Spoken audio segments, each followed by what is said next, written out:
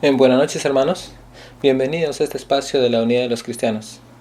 En esta oportunidad he preparado el tema que se llama A Imagen de Dios, y con el deseo pues de que nos ayude a ver el propósito en Dios de cada ser humano, ¿no? De cada ser humano. Empezamos entonces con el versículo. Vamos a ver Génesis 1, 26, 27. En la cual nos habla, pues, si bien es cierto, en la Biblia hay pocos versículos, pero este creo que es el más conocido y creo que el que hace referencia sobre lo que es la imagen de Dios, ¿no? Dice acá, Génesis 1, del 26 y el 27, ¿no? Un fragmento del 26, porque es un poquito largo, dice: Entonces dijo Dios, hagamos al hombre a nuestra imagen, conforme a nuestra semejanza. Y en el 27 dice: Y creó Dios al hombre a su imagen, a imagen de Dios lo creó, varón y hembra los creó, ¿no? Es palabra de Dios, ¿no? ¿Qué queremos aquí un poquito exaltar tal vez, ¿no? Para comenzar, primeramente que en el plan de Dios, ¿no? En el plan de nuestro Dios, ese amor que tiene con el Hijo, ¿no? El amor del Padre que se colma en el Hijo, ¿no? En el Verbo, ¿no? En la segunda persona de la Trinidad, en el Hijo. Ese amor, Dios Padre ha querido reproducirlo, ¿no? Reproducirlo en el hombre, ¿no? Y en el Hijo ha suscitado más hijos, ¿no? Y Él ha creado al hombre justamente con ese deseo, pues, de que ese amor con el Hijo se reproduzca en cada hombre. Y ha creado en el Hijo a muchos hijos más, ¿no? Entonces, y eso, y para que ese amor pueda ser efectivo, ¿no? Pueda realizarse, entonces Dios creó al hombre, pues, a su imagen y semejanza, para que ese amor se reproduzca, ¿no? Ese amor se pueda vivir con el hombre también, ¿no? O sea, puede haber una comunión, ¿no? Entre Dios y los hombres, ¿no? Entonces, por eso nos ha hecho a imagen y semejanza. Y eso desde la eternidad, entonces, Dios, ese es ha estado en el corazón de Dios. Y el deseo, pues, que a través de nuestra vida terrenal, ¿no? y nosotros podamos conocer un día aquel en quien hemos sido creados, ¿no? En su Hijo. Hemos sido creados en Cristo, en el Hijo. Y un día en la tierra, ¿no? Podamos conocer al Hijo, a Cristo, para que en Él podamos, para que Cristo, ¿no? Nos lleve a la casa del Padre a través, pues, de una vida de entrega y conversión a Jesucristo, ¿no? Una vida de amor, ¿no? Y en la cual uno obedece, está dispuesto a seguir al Señor, a adherirse a sus mandatos y a vivir esta comunión con Dios, ¿no? Y para poder ingresar, pues, a ese deseo del Padre, ¿no? De tenerlos en su familia, ¿no? Entonces, más o menos una manera global para poder entender por qué nos hizo imagen de Dios, ¿no? Entonces, ahora veamos el versículo. Dice, hagamos al hombre a nuestra imagen, ¿no? Dios, Padre, Hijo, Espíritu Santo están creando al hombre, ¿no? A nuestra imagen, ¿no? Y entonces nosotros tenemos como seres humanos, tenemos, como dice, los rasgos del Padre, del Hijo y del Espíritu Santo, ¿no? Ya está, dice, conforme a nuestra semejanza, ¿no? Que hay una similitud, ¿no? Un parecido entre nosotros y Dios, ¿no? Si bien es cierto, entre nosotros y Dios hay un abismo, no somos, ¿no? Dios es infinito, trascendental, es poderoso, ¿no? Es absoluto. Nosotros somos finitos, ¿no? Nosotros tenemos un corto de tiempo, ¿no? De vida, y también tenemos debilidades, ¿no? Dios es total, ¿no? Entonces hay una diferencia, si bien es cierto, hay una diferencia muy grande entre Dios y nosotros, pero a pesar de esa diferencia, Dios ha querido que nosotros tengamos algo de Él, que tengamos algo de Él. Y eso quiere decir, pues, que seamos a su semejanza, ¿no? Algún parecido con Él, ¿no? Y eso es lo que decimos a imagen o a semejanza nos creó, ¿no? Es una imagen y semejanza, dos términos se relacionan, prácticamente son lo mismo, en el sentido que lo que quieren decir es que el hombre en sí es distinto de todos los animales de la tierra, ¿no? Pero, si bien es cierto, es distinto con Dios, pero también hay algo que lo asemeja a Dios. Y esa imagen y semejanza quiere decir que aquello que se asemeja con Dios es lo que le hace único con respecto a todas las cosas y a todas las criaturas de la creación. Aquello que es imagen y semejanza, ¿no? Entonces, ahora ¿no? Veamos un poquito para entender ya más, entrando más, ¿no? Ahora, ¿en qué radicará esa imagen y semejanza?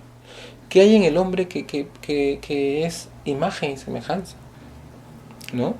Si nosotros no vemos, entonces nosotros podemos comprender que tenemos un cuerpo, ¿no? El hombre es una parte corporal y otra parte espiritual, ¿no?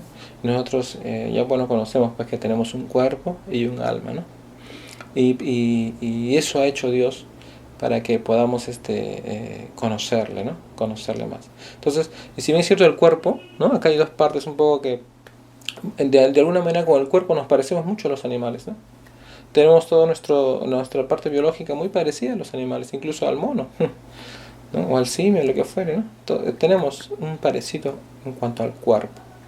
Pero en cuanto al alma, ahí es lo que nos diferencia de toda la creación, de todas las criaturas. Que nosotros tenemos un alma racional. Y esa alma es justamente por la cual nosotros somos imagen de Dios. Por el alma en sí. Claro, pero como nuestro cuerpo está unido a nuestra alma tan fuerte, que nuestra alma, el cuerpo como que viene a permitir la expresión del alma, ¿no? Por medio del cuerpo nosotros podemos, el alma se manifiesta, ¿no? Si estamos tristes, nuestro cuerpo, ¿no? Tiene otro tono, ¿no? Si estamos alegres también, si estamos contentos, ¿no? Si estamos llorando igual, ¿no? Tenemos sentimientos, ¿no? Muy tristes, ¿no? O muy alegres también, estamos entusiastas. Todo se manifiesta a través de nuestro cuerpo, porque hay una unidad muy profunda, ¿no? Está totalmente mezclado, no se sabe dónde empieza y dónde termina, está ahí. Es una unidad, ¿no? Cuerpo y alma comprenden justamente lo que es la naturaleza, una sola naturaleza, que es la naturaleza humana, ¿no? Entonces no hay dos naturalezas, sino hay una sola naturaleza, que es la naturaleza humana, y que se compone pues de cuerpo y alma, ¿no? Pero en el alma está justamente lo que es particularmente lo que decimos pues que es imagen de Dios, ¿no? Ya está. Veamos un poco en Génesis 2:7 que nos dice. Dice, entonces Yahvé Dios formó al hombre del polvo de la tierra y sopló en su nariz aliento de vida, y fue el hombre un ser viviente. Nos hace ver Dios pues que cuando crea al hombre, del polvo de la tierra lo hace, ¿no? De las cosas, de alguna manera, de la tierra, ¿no? De las cosas creadas Él forma, ¿no? Pero si bien es cierto lo forma, ¿no? De esto se refiere al cuerpo, pero hay algo que ocurre después, que Él sopla aliento de vida, y eso pues nosotros referimos pues que le insufla el alma, ¿no? Le insufla el alma, y el hombre pues dice acá, y fue el hombre un ser viviente. Este aliento de vida pues es lo que nosotros conocemos como el alma, ¿no? Y de ahí pues es que si cuando nosotros, ¿no? Cuando la persona muere, el alma se separa del cuerpo, ¿no? Se separa el cuerpo, pero eventualmente nomás, ¿no? Hasta que ocurra la resurrección, el último día, la resurrección, ¿no? De los cuerpos, ¿no? En la cual todos, el alma se unirá con el cuerpo, ¿no? En ese día, en el día del juicio final, ¿no? ¿Ya? Entonces sí, pero ahí ya más o menos tenemos una idea, ¿no? Que el cuerpo y alma, y los dos son queridos por Dios, ¿no? Para Dios ambos. ¿Por qué? Porque ambos forman lo que es el ser humano, ¿ya? El cuerpo y el alma. Entonces ahí tenemos, ¿no? Ahora, hay una pregunta aquí. Si bien es cierto, la imagen de Dios tiene que ver con el cuerpo y el alma, Entonces, pero ¿qué pasó cuando hubo la caída? ¿No?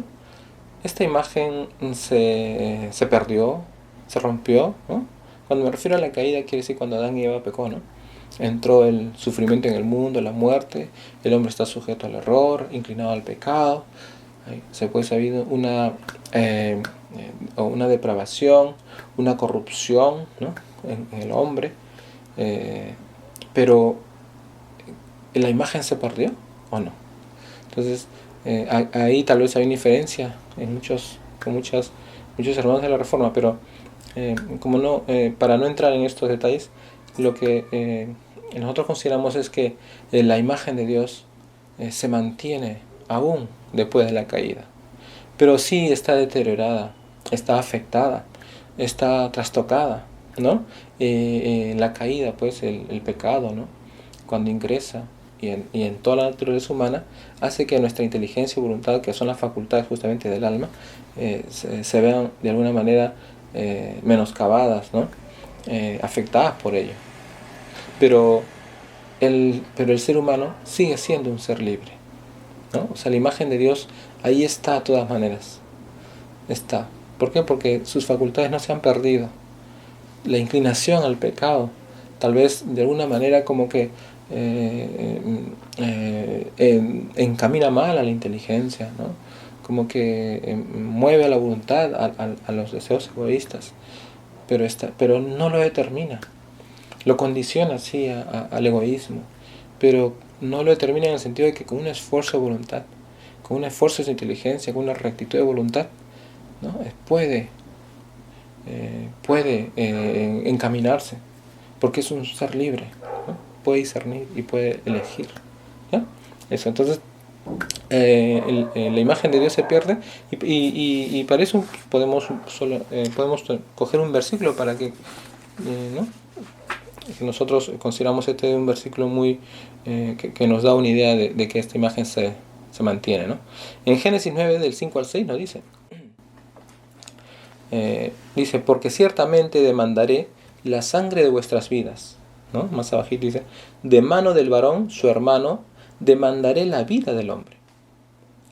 El que derramare sangre de hombre por el hombre, su sangre será derramada, porque a imagen de Dios es hecho el hombre. O sea, Dios habla, pues, ¿no? En este caso a Noé, a sus hijos, ¿no? Cuando ya salen del arca, ¿no? Y hace un pacto con ellos, ¿no? Y les habla, ¿no? Pues multiplíquense, ¿no? Ahí está toda la tierra, ¿no? Pero sí les digo, les da esta norma, ¿no?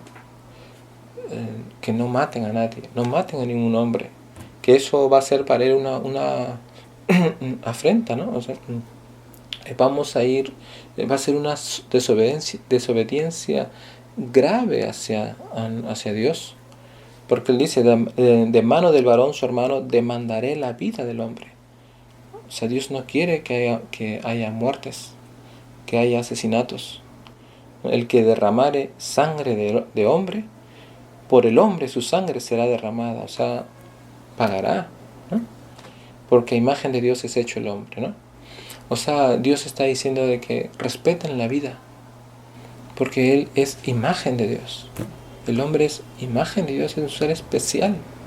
Dios lo ha considerado especial porque lo ha hecho, tiene mucho de Él, en el sentido de que es persona. Puede amar, puede conocer, puede entrar en un diálogo con el Creador. No es cualquier criatura el hombre. Y por eso, ¿no? Y ahí dice, ¿no? A imagen de Dios es hecho el hombre. Y Noé pues ya es la naturaleza caída, ¿no? Después de Adán que pecaron, ya todo ello es naturaleza caída en el sentido de que están bajo la inclinación al mal, ¿no? Ha habido una corrupción producto del pecado de nuestros primeros padres. Entonces, en base a esto, más o menos, eso es lo que es más o menos imagen de Dios, radica en el alma y que tiene que ver pues con estas facultades que nos ha dado Dios, que es la inteligencia, la voluntad, y que al hacernos imagen de Dios nos dio algunas características que nos ayuda pues a tener una mejor concepción de todo ello, ¿no? Veamos, son 5 pequeños características. Lo vamos a ver la primera, a ver. ¿ya? Al hacernos a imagen de Dios, el hombre es capaz de Dios, ¿no? ¿Qué quiere decir capaz de Dios? Veamos un extracto en el número 356 del Catecismo de la Iglesia, proclama lo siguiente, ¿no? Dice: de todas las criaturas visibles, solo el hombre es capaz de conocer y amar a su Creador. Es la única criatura en la tierra a la que Dios ha amado por sí misma. Solo Él está llamado a participar por el conocimiento y el amor en la vida de Dios. Para este fin ha sido creado y esta es la razón fundamental de su dignidad, ¿no? Entonces, un poquito para, ¿no? Porque creo que está muy claro, ¿no? De todas las criaturas visibles, solo el hombre es capaz de conocer y amar a Dios. Eso significa que el hombre es capaz de Dios, que el hombre es capaz por medio de su inteligencia y voluntad, de estas dos facultades que tiene el hombre, es capaz de conocer y amarle, ¿no? Es la única en la tierra, ¿sí?, a la que Dios ha amado por sí misma. ¿Por qué la ha amado por sí misma? Porque cuando la ha creado, si bien es cierto, a todas las criaturas ha creado y a los animales, pero al hombre la ha amado por sí misma. ¿Por qué? Porque el hombre es capaz, ¿no? Es capaz de tener una relación con él. A ver, digamos, ¿no? Nosotros podemos crear inventar cosas, ¿no? Un carrito, podemos inventar un mueble, ¿no? Lo que fuere, ¿no? Entonces, pero ninguna de estas cosas tiene vida, ¿no? Pero imaginémonos que podríamos inventar una, ¿no?, una forma humana y tal que por un acto ABC adquiriera vida. ¿Sí o no que sería distinto? Porque las cosas materiales no conversan con nosotros. Las cosas que podamos inventar, pero si nosotros pudiéramos haber tenido esa posibilidad de crear así, ¿no? Sería algo distinto, ¿no? Porque podríamos entrar en un diálogo con aquello que podemos crear. Y de entre todas las cosas que podemos inventar, ello, porque es capaz de relacionarnos, ¿no? Es capaz de amar, conversar con nosotros, sería especial para nosotros. Como que el doble de uno, ¿no? Como que una copia de uno mismo. No tanto por si tuviera la forma, ¿no? Más es porque tiene esa capacidad de entrar en un diálogo. Tiene esa capacidad de comunicarse conmigo, ¿no? Entonces, por eso decimos que si el hombre tiene esa capacidad de comunicarse con Dios, entonces el hombre es capaz de Dios. Entonces, ahora, el hombre antes de la conversión, antes de Cristo, ¿no?, de convertirse a Cristo, ¿tiene esa capacidad? Sí, la sigue teniendo porque es imagen de Dios. Su imagen no se ha perdido, se ha deteriorado, sí, pero no se ha perdido. Y en la conversión, con más razón, pues la imagen se restablece, se restaura y se eleva, ¿no? Porque tenemos el Espíritu Santo y participamos de la vida divina, ¿no?, de Dios. Es mucho, mucho más. Y la esclavitud ya, ¿no?, es la concupiscencia, perdón, la inclinación al pecado, pues ya no es fuerte en nosotros, ¿no? Gracias al Espíritu Santo, ¿no? ¿Está? Entonces, ahora, hay un ejemplo que podemos dar, dice, a los judíos, por ejemplo, ¿no? Bíblicamente en Deuteronomio 36 nos dice, ¿no? Más o menos para ver que el hombre es capaz, bíblicamente, dice. ¿No? Yahvé Dios habla al pueblo y le dice: porque yo te mando hoy que ames a Yahvé tu Dios, ¿no? Yahvé le dice a su pueblo, ¿no?, que andes en sus caminos y guardes sus mandamientos, sus estatutos y sus decretos, para que vivas y seas multiplicado, y Yahvé tu Dios te bendiga en la tierra a la cual entras para tomar posesión de ella, ¿no? Yo te mando hoy que ames a Yahvé tu Dios. Dios le está hablando al hombre, a un hombre caído, ¿no? Porque nosotros en Cristo, en la conversión a Cristo, es lo que nosotros ¿no?, superamos, nos restauramos de esos efectos de la caída, ¿no? Pero seguimos sin la imagen antes y después, pero ahí, ¿no?, los efectos que ha producido en nosotros, ¿no?, ya es distinto. Entonces, pero aún así, dentro de esta naturaleza herida que es, ¿no?, el hombre sin Cristo, sin la conversión, Yahvé le dice que le ame. Dice: te mando hoy que ames a Yahvé tu Dios. ¿Y cómo es esa expresión de amor? No decir nomás te amo, ¿no? Sino que Yahvé le da las pautas, ¿no? Que andes en sus caminos, guardes sus mandamientos, sus estatutos y decretos. Eso es el amor, ¿no? Para que vivas y seas multiplicado y Yahvé tu Dios te bendiga en la tierra a la cual entras para tomar posesión de ella, ¿no? O sea, Yahvé le está diciendo algo, le está pidiendo algo, le dice te mando, porque el hombre es capaz de hacerlo, ¿no? Y nosotros creemos que el hombre es capaz, aún en el estado caído que podamos encontrarnos antes de Cristo, el hombre es capaz de amar a Dios, ¿no? Gloria al Señor. Bueno, tenemos la segunda característica. Por ser creado imagen de Dios, el hombre tiene el deseo de Dios, ¿no? Entonces, veamos en qué consiste. También permítame leerles el número 27. Yo creo que es tan condensados que mejor es leerlo para que no perdamos algunos detallitos, ¿ya? Entonces vamos a dice el número 27 del catecismo de nuestra iglesia dice: el deseo de Dios está inscrito en el corazón del hombre, porque el hombre ha sido creado por Dios y para Dios, y Dios no cesa de atraer al hombre hacia sí, y solo en Dios encontrará el hombre la verdad y la dicha que no cesa de buscar, ¿no? O sea que al hacernos a imagen de Dios, Dios no solamente nos ha hecho capaces de Dios, de poder conocer y amar a Dios, de poder entrar en una relación de amor, de poder, por medio del conocimiento y el amor, entrar a compartir la vida divina de Dios, ¿no? A entrar en comunión con Él, sino que nos ha dado también el deseo de Dios inscrito en nuestro corazón. ¡Wow! Es algo muy bueno, que Dios en su infinita sabiduría lo ha tenido que hacer así, para que nosotros no perdamos el norte, por más que, ¿no?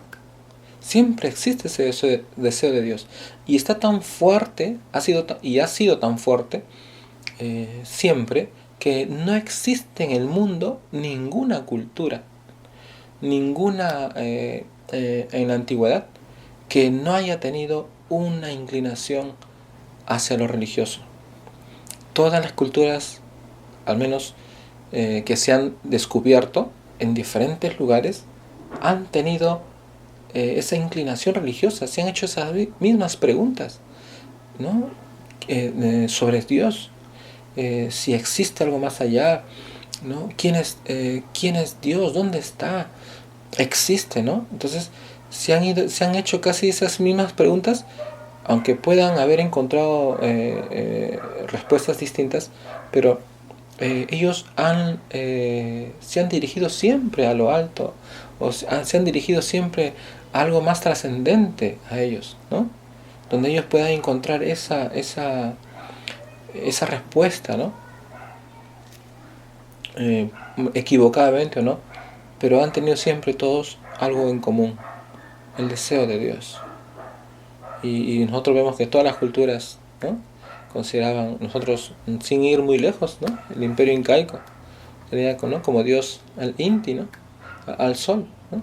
Y varias, y sabemos que también la tierra, ¿no?, muchos más eran politeístas, pero siempre tenían esa inclinación, ese deseo, ¿no?, de lo trascendente, ¿no?, de Dios. Y todas las culturas, ¿no?, si nosotros vemos la historia, siempre tenían, ¿no? Entonces, ¿por qué? Porque Dios lo ha inscrito para que el hombre lo busque, ¿no?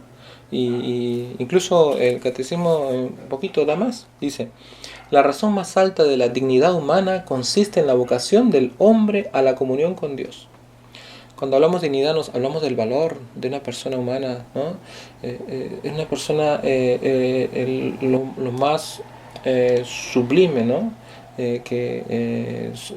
Si podemos encontrar la mayor expresión como ser humano a la que puede aspirar el hombre, justamente es a la comunión con Dios, ¿no? Ahí radica su dignidad, ¿no? Su dignidad.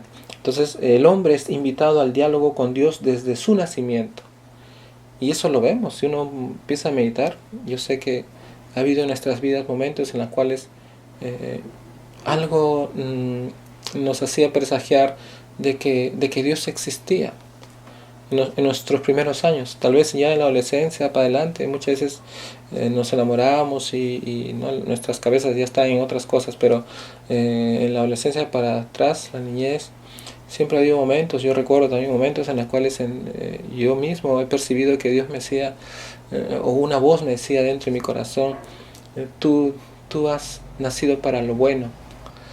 No sé, algo así me decía, más de una, dos, más, dos, tres, hasta cuatro creo, no sé. Pero yo recuerdo que en mi primaria, ¿no? Siempre así cuando... y yo sentía que yo escuchaba, no sé si audible, pero en mi corazón, pero algo así que me decía, tú has nacido para lo bueno. Como haciéndome ver de que Dios me ama, ¿no? Dios me ama. Entonces, y por eso lo recoge aquí también el catecismo y dice, ¿no? Desde su nacimiento, el hombre es invitado al diálogo con Dios, pues no existe sino porque creado por Dios por amor, es conservado siempre por amor, y no vive plenamente según la verdad, sino reconoce libremente aquel amor y se entrega a su Creador. Vivir plenamente según la verdad es reconocer que Dios nos ama, nos busca, ¿no? Y esta entrega a Él ha de ser libre, ¿no? Ha de ser libre y consciente, ¿no? Ese adherirse a este Dios debe ser, Dios así lo quiere. El amor no puede ser obligado y ha de ser libre, ¿no? Y ahí está, pues como dice, ¿no? Cuando uno se entrega a su Creador, entonces recién ahí empieza, como dice, a vivir el hombre plenamente, ¿no? Porque ya conoce la verdad, sabe por qué está aquí, sabe que hay alguien que lo ha creado, que estuvo en su pensamiento, en su corazón, y sabe que en él no habrá, como dice, él no le defraudará, sabe que él no miente y que las promesas que ha hecho las cumplirá. Entonces, y porque sabe que el que habla es Dios y Dios es fiel, se adhiere a este Dios. Cuando cree en esa verdad, ¿no? Puede vivir esa verdad. Entonces el hombre, como dice, adquiere su más, como dice, logra pues la razón más alta de su dignidad, ¿no? Seguir a Dios, entrar en comunión con Dios, ¿no? Bueno, así. Aquí entonces el hombre lo ha puesto a nosotros. Para aterrizar tal vez un versículo bíblico, podemos decir, a ver, aquí chiquito, Hechos 17 dice, Dios creó de un solo principio todo el linaje humano para que habitase sobre toda la faz de la tierra y determinó con exactitud el tiempo y los límites del lugar donde habían de habitar, con el fin de que buscasen a Dios para ver si a tientas le buscaban y le hallaban, por más que no se encuentra lejos de cada uno de nosotros, pues en Él vivimos, nos movemos y existimos. Aquí tal vez podemos subrayar, dice, ¿no? Él nos puso el donde podíamos habitar, en los lugares, lo que fuera, en donde nos encontráramos. Gracias a Dios pudimos, Él nos ha colocado, pero dice acá, para que habitasen con el fin de que buscasen a Dios. En cualquier lugar donde nos hubiéramos ubicado en este planeta, Dios nos puso con el fin de que le buscáramos. La Biblia no hablaría de buscar si es que el hombre no tendría esa capacidad, ¿no? El hombre tiene esa capacidad porque ha sido hecho imagen y semejanza. Y si le busca, es porque Dios le ha puesto ese deseo en su corazón de buscarle, ¿no? Por eso dice, con el fin de que buscasen a Dios para ver si a tientas le buscaban y le hallaban.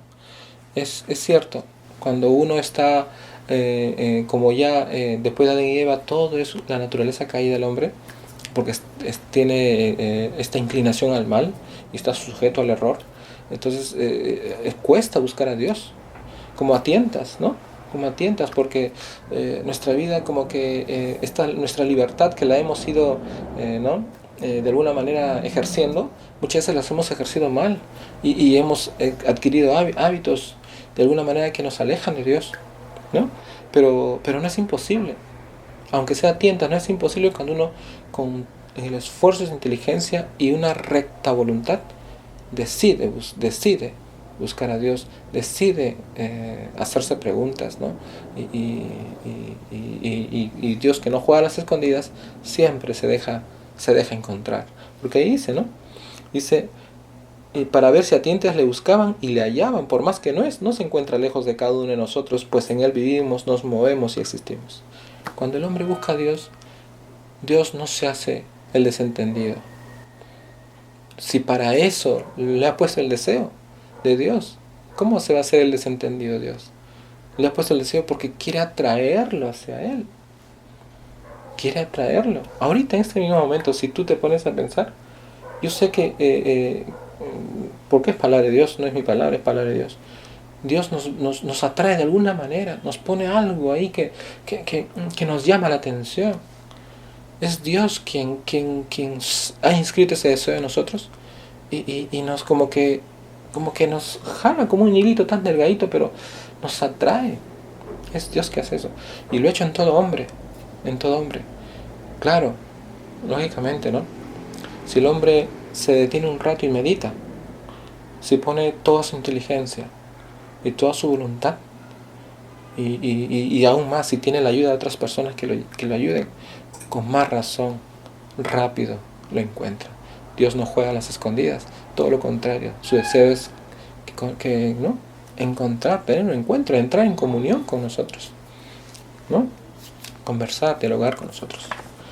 Y qué bueno hacer oración, ¿no? La oración es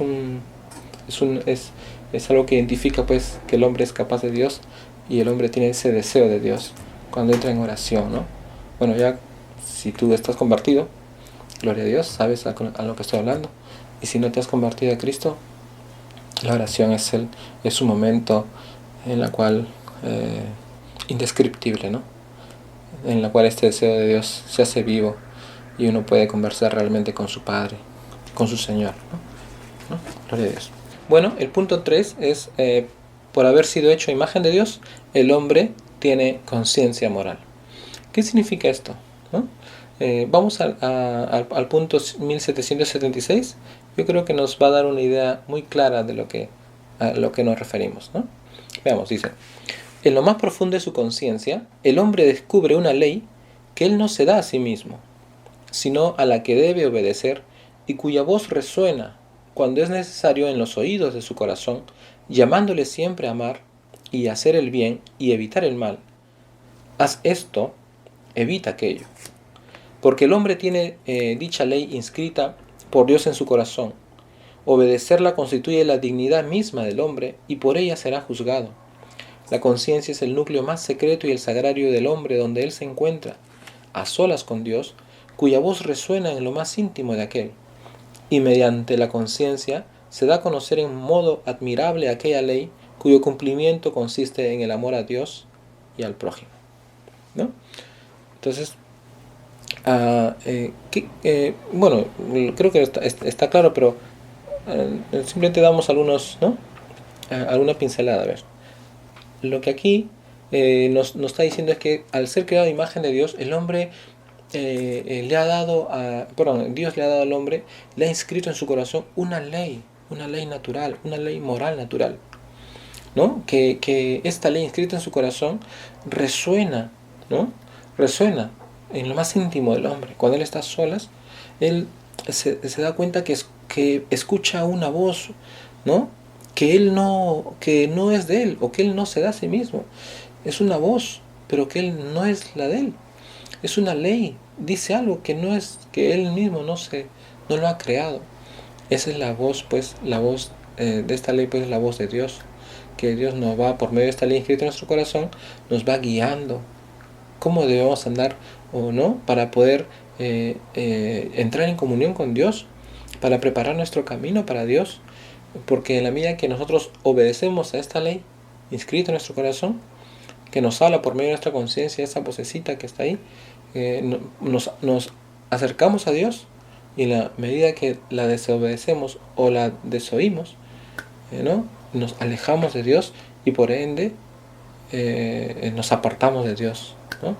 Y ya no entramos en comunión y podemos perder pues nuestra salvación, ¿no? ¿Ya?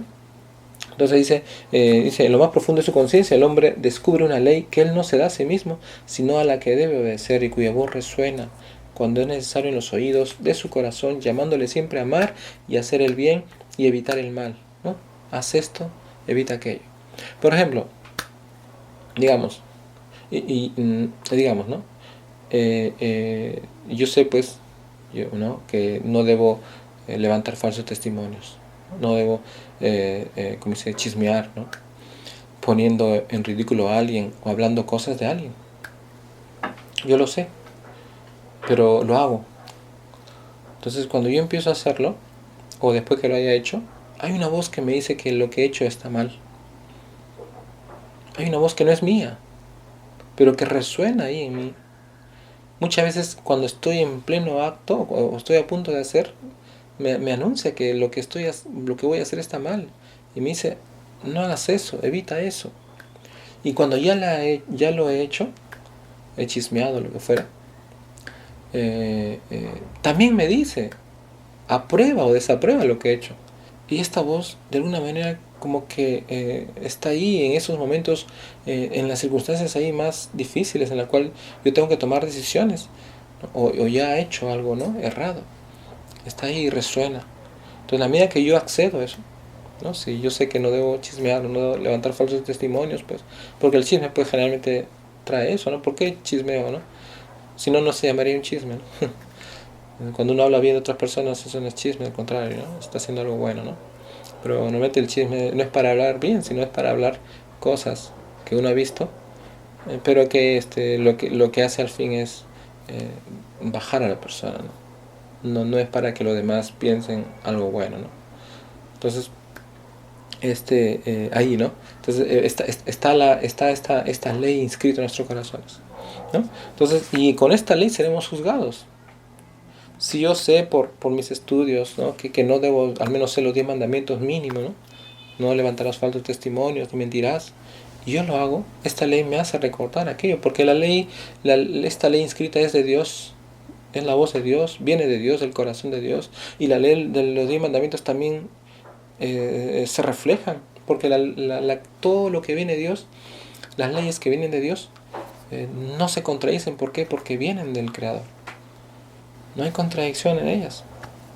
Entonces yo seré juzgado por esta ley, por esto por mi conciencia, ¿no? Por mi conciencia. Rápidamente nomás ponemos un versículo chiquito para que en Romanos 2:14, y ahí dice, cuando los gentiles que no tienen ley hacen por naturaleza lo que es de la ley, estos, aunque no tengan ley, son ley para sí mismos, mostrando la obra de la ley escrita en sus corazones, dando testimonio a su conciencia y acusándoles o defendiéndoles sus razonamientos en el día en que Dios juzgará por Jesucristo los secretos de los hombres, conforme a mi evangelio, ¿no? Dice, porque cuando los gentiles que no tienen ley, los judíos tenían la ley, los 10 mandamientos, pero los gentiles y los paganos que vivían alrededor no tenían estas leyes. O al menos, como eran, no pertenecían al pueblo judío, ¿no? No estaban, no tenían por qué cumplirlas. Pero aún así dice, porque cuando los gentiles, los paganos, ¿no? Que no tienen ley, ¿no? Hacen por naturaleza, ¿no? De manera natural lo que es de la ley que dice, no robarás, ¿no? Y ellos, pese a que no tienen esa ley, ¿no? O sea, ese decálogo, ¿no? Que ellos tienen, pero lo hacen de manera natural. ¿Por qué? Porque ellos han reconocido en su conciencia esa ley que está inscrita, que le dice que eso es malo. No necesitan tener estudios para poder conocer, porque esa ley está en todo hombre. Hasta el más analfabeto puede reconocer que robar es malo, que mentir es malo, que matar es malo. Lo puede reconocer porque esta ley inscrita nos lo hace ver.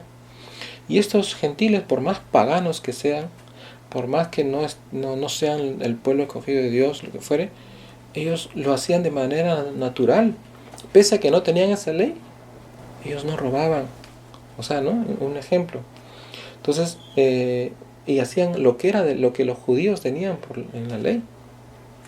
Y estos, aunque no tengan ley, dice, entonces, sigamos, ¿no?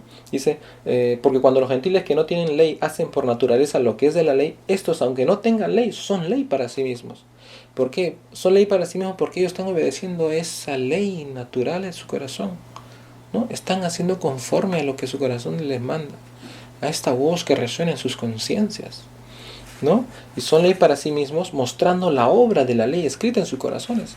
O sea, esta ley inscrita en su corazón la están poniendo viva, la hacen viva, porque la están haciendo por obra, la están ejecutando. Por más analfabetos, por más alejados de Dios, por más, como dice, paganos que sean, están haciendo lo correcto, ¿no? Y su testimonio dice, dando testimonio de su conciencia, y su conciencia ese día que estarán delante de Dios, su conciencia será el testigo que hicieron caso a esa ley. No robaron, ¿no? En ese ejemplo. Entonces, y dice, acusándoles o defendiéndoles su razonamiento. ¿Por qué? Cuando querían robar, tenían la posibilidad de robar, su razonamiento decía, no, eso no está bien. Y ese razonamiento a favor de esa ley lo defenderá. Pero para aquellos que desobedecieron eso y decían, pero si al final no se va a dar cuenta. Y robaban, o lo que fuere, o algún pretexto, ese razonamiento que contradecía esa ley, los acusará delante de Dios. ¿Por qué? Porque desobedecieron lo que la voz de su conciencia les hablaba. No tenían ley, ¿no? Entonces, pero para los que obedecieron, estos razonamientos los defenderán, porque obraron conforme a su corazón. Eso nos está diciendo, ¿no? Entonces, Dios es que cuando uno es... ¿Por qué nos ha hecho imagen de Dios? Porque... nos ha puesto una conciencia moral para que nosotros, al ser imagen de Dios, para que nosotros podamos dirigir nuestros caminos y no desviarnos y no alejarnos de Dios, sino todo lo contrario, acercarnos más a Dios, ¿no? Dios nos desea, nos atrae, pero Dios también, Él es santo y puro. Él desea que nos preparemos para ese momento eterno en el cual entraremos a su presencia, ¿no? Lógicamente, el camino es ir a Cristo, ¿no? Hoy, ¿no? Hoy es ir a Cristo. Tal vez las culturas anteriores al Señor, antes que se encarnara, pues, ¿no? Que viniera a este mundo en Jesús, ¿no?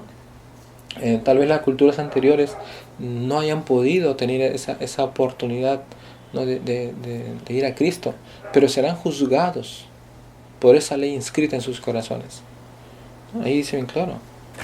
Dice, en el día en que Dios juzgará por Jesucristo los secretos de los hombres. Jesucristo es el juez. No porque haya venido miles de años después, no juzgará a todos los que estuvieron atrás. No, a todos juzgará. A los que, después que Él vino, a los que de ahí para adelante, y los que fueron evangelizados, lógicamente, ¿no? Los juzgará conforme, Jesucristo los juzgará conforme a esta ley, ¿no? Al Evangelio. Si es que lo rechazaron, ¿no? Pero a los que no pudieron acceder al Evangelio, ya sea a veces motivos, y todos los que estuvieron antes de Jesucristo, todos los hombres, también los juzgará de acuerdo a su conciencia, o de acuerdo a la ley que haya conocido su conciencia. Por ejemplo, los incas serán juzgados por las leyes que tuvieron, Amasuda, Maqueya, Mayuya, ¿no? Y conforme a su conciencia de ese entonces, ¿no? Entonces, pero Jesucristo es quien los juzgará a todos. Él es el juez. Él es Dios. Es cierto, no ha venido a condenar, pero sí habrá. Él dijo bien claro, ¿no? Yo no he venido a condenar, yo he venido a salvarlos. Pero esta palabra que le estoy diciendo, esta los condenará. ¿Por qué? Porque hay que obedecer, pues. Nadie va a querer entrar al cielo siendo desobediente, ¿no? Dios es un Dios de misericordia, pero también es un Dios que nos pide, pues, que seamos responsables de nuestros actos. Y justo es el punto 5, ¿no? La libertad, ¿no? O el 4, bueno, ahí ahorita lo vemos, ¿eh? El que sigue es el hombre es libre, ¿no? Bueno, y así. Entonces nos ha dado una conciencia moral justamente para ello, ¿no? Para acercarnos más a Dios siempre y poder lograr conocer a Jesucristo y seguir mediante esa conciencia moral hasta el final a la bienaventuranza eterna, ¿no? Al reino de Dios, ¿no? Al gozo del Señor, entrar al gozo de Dios, ¿no?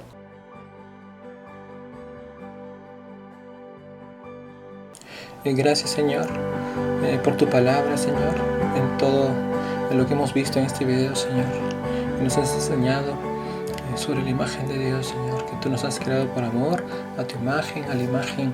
Has querido replicar ese amor que tienes con tu Hijo y con el ser humano, Señor. Y te ha agradado, ¿no? Has contemplado el ser humano y te ha agradado, Señor. Y como dice, y has deseado, pues, derramar tu amor sobre todo ser humano, Señor. Muchísimas gracias. Claro, eso no hubiera sido posible si es que no lo hubieras hecho a tu imagen y semejanza. Gloria a Dios, y sabemos pues que vamos creciendo ya una vez que te conocemos, vamos creciendo a imagen de tu Hijo amado, nuestro Señor Jesucristo, que es el proceso de santificación. Pero que todo eso pues tiene un inicio en que tú nos hayas creado a tu imagen, Señor. Muchísimas gracias, Padre eterno, también por los 3 puntos que se han visto, que gracias a esta ser imagen de Dios, tenemos todos como dice, la capacidad de amar, Señor. Muchísimas gracias, Padre Santo, de entrar en un diálogo contigo, Dios mío. Y también no solo eso, sino no solo somos capaces de Dios, no solo podemos comprender por ver nuestras facultades, sino que también has puesto en nosotros el deseo de ti, Señor, el deseo de Dios, que nunca cese en nuestro corazón. Aunque puede estar, como dice, desdibujado, emborronado, a veces cosas que hayamos atravesado en nuestra vida, Señor, siempre estás tú con una paciencia inmensa, Señor, buscando ese momento de gracia en la cual te puedas acercar a nosotros y nos puedas de alguna manera preparar para que podamos abrir nuestros oídos a ti, Señor. Muchísimas gracias, Señor, toda la paciencia que tienes, Señor, para con nosotros. Y no solo eso, sino también nos has dado, como hemos visto también, esa ley, ¿no? Ya en nuestra conciencia has puesto una ley natural y moral que nos hace ver, como dice, nos enseña el bien, a buscar el bien, a hacer el bien y evitar el mal. Y también nos enseña pues a amar, ¿no? Amar. Y gracias a Dios que esa ley natural que todo hombre conoce en su corazón, por más analfabeto, por más que no esté en una cultura civilizada, puede, como dice, reconocer que eso que lleva en su corazón es verdad, ¿no? Hoy nosotros tenemos ya el Evangelio, que es la plenitud de la revelación y que concuerda, ¿no? No difiere con esta ley natural, sino todo lo contrario, la lleva a su plenitud. Muchísimas gracias, Dios mío, y bendice a mis hermanos que nos ven, a todos ellos, que esto le haya sido provecho en sus vidas. Muchísimas gracias, Señor. Amén. Bueno, hasta aquí hemos llegado ya. Esta es la primera parte. Todavía faltan otros puntos más que veremos en la segunda parte. Yo te invito a que sigas, a que no dejes de perderte la segunda parte, ¿no? Y espero pues que nos sigas apoyando, ¿no? Una manera que nos apoyes es a través de compartir estos videos para que otros también sean bendecidos. Hay un esfuerzo detrás que lo hacemos con mucho gusto y que sabemos que es Dios quien nos da ese querer en nuestro corazón. Si te ha bendecido, compártelo, ¿no? También sea un instrumento de bendición de parte de Dios. Amén.